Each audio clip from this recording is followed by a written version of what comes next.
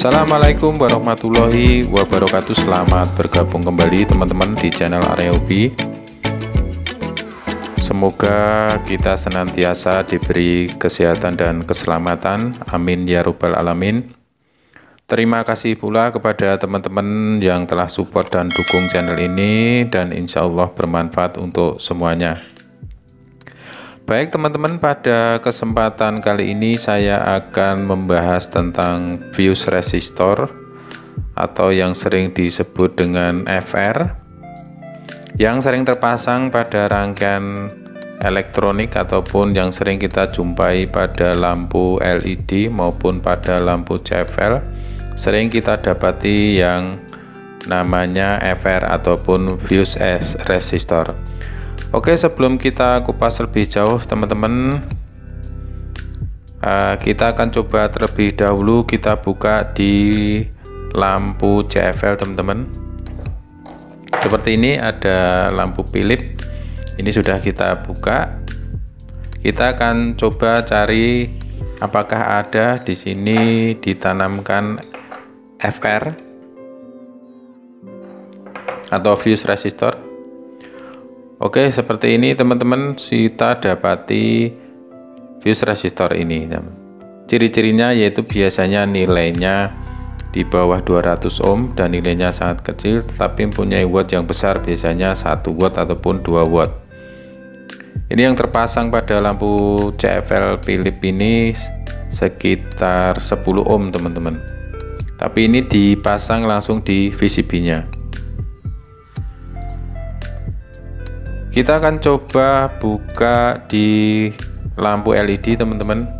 Sama-sama ini merek Philips, apakah juga dipasangkan FR atau fuse resistor. Kita akan coba buka dulu.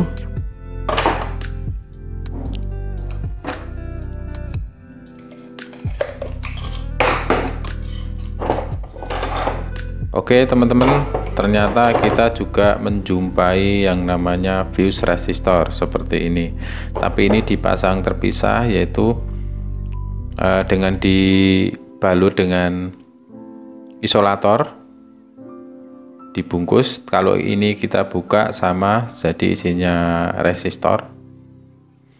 Dan kita jumpai pada lampu merek lain, apakah juga disematkan FR, ternyata juga ada teman-teman. Jadi kenapa pada rangkaian lampu LED ataupun CFL ini kita dapati FR ini teman-teman.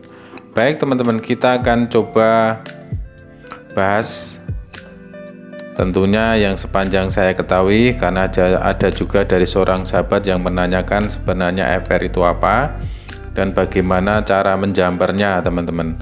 Baik, mungkin pada video kali ini akan juga bisa menjawab pertanyaan dari seorang sahabat yang menanyakan bagaimana cara menjamper FR-nya itu terhubung dengan arus AC ataupun arus listrik. Oke, baik teman-teman. Kenapa pada sebuah rangkaian PSU ataupun mungkin driver pada sebuah lampu baik CFL ataupun LED sering kita dapati FR ini teman-teman. Oke teman-teman, perlu diketahui bahwasanya listrik yang mengalir ke rumah kita teman-teman, yang rata-rata di Indonesia 220 atau 220 volt, tidak selamanya akan pada posisi 220 volt teman-teman. Tentunya akan mengalami lonjakan tegangan, kadang turun, kadang naik, dan itu pun normal. Nah, fungsi ditanamkan FR ini salah satunya adalah untuk menjaga atau sebagai pembatas jika terjadi lonjakan tegangan. Misalkan pada rumah kita 220, kadang naik menjadi 230. Fungsi FR ini akan berperan sekali, jadi menjaga agar driver atau komponen lain yang ada pada suatu rangkaian driver ataupun rangkaian perangkat lainnya akan terjaga oleh FR ini, karena fungsinya dia sebagai pembatas juga sebagai sekring. Jadi saya ulangi lagi teman-teman, jadi fungsinya Yang paling vital adalah menjaga lonjakan tegangan listrik agar arus yang masuk ataupun tegangan yang masuk ke sebuah perangkat ataupun driver itu bisa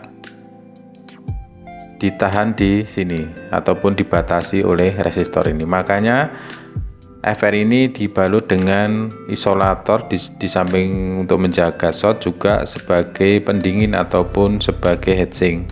Karena ini bekerja pada arus dan tegangan besar, maka resistor ini panas sekali, maka dibalut dengan pendingin ataupun isolator. Jadi fungsi dari FR ini salah satunya sebagai pembatas dan kedua sebagai sekring.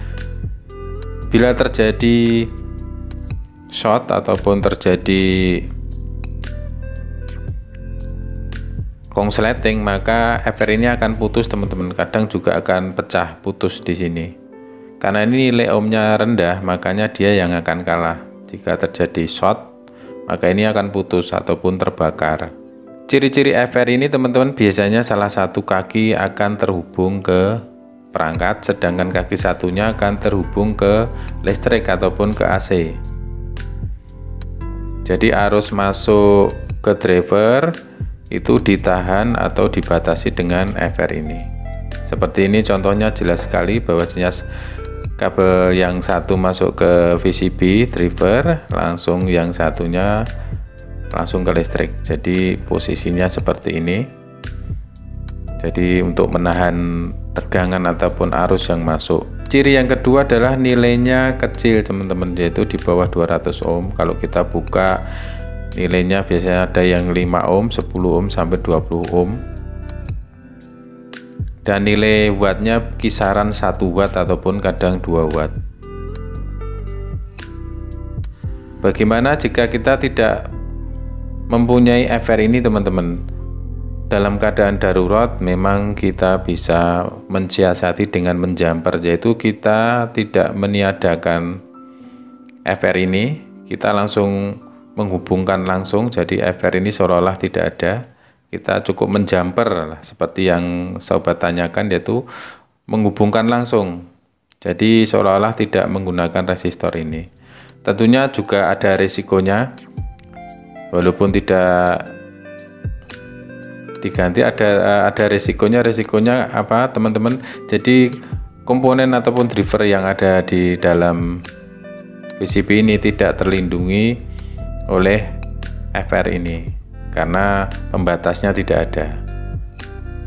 Dan menurut hemat saya memang sebaiknya jika terjadi kerusakan di FR ini sebaiknya memang diganti, toh harganya sangat murah sekali, tidak nyampe Rp500. Tapi memang dalam keadaan darurat kita bisa mensiasati dengan menjumper atau menghubungkan langsung. Artinya menjumper yaitu menghubungkan langsung tanpa menggunakan FR ini, seolah-olah kita tidak meniadakan ini. Kita cukup menghubungkan seperti ini, misalkan bisa dengan kabel, bisa dengan kawat. Ini cara mensiasati jika terjadi putus FR. Dan memang selama saya mencoba memperbaiki lampu sering terjadi kerusakan di sini. Di charger HP pun juga sering putus di bagian ini karena ini memang bekerja pada arus yang besar dan tegangan yang besar, jadi memang panas sekali. Kemungkinan untuk mati sangat besar. Demikian teman-teman, semoga bermanfaat. Kurang lebihnya mohon maaf, dan semoga menjadi bahan referensi bagi teman-teman untuk belajar memperbaiki lampu ataupun rangkaian elektronik lainnya. Wassalamualaikum warahmatullahi wabarakatuh.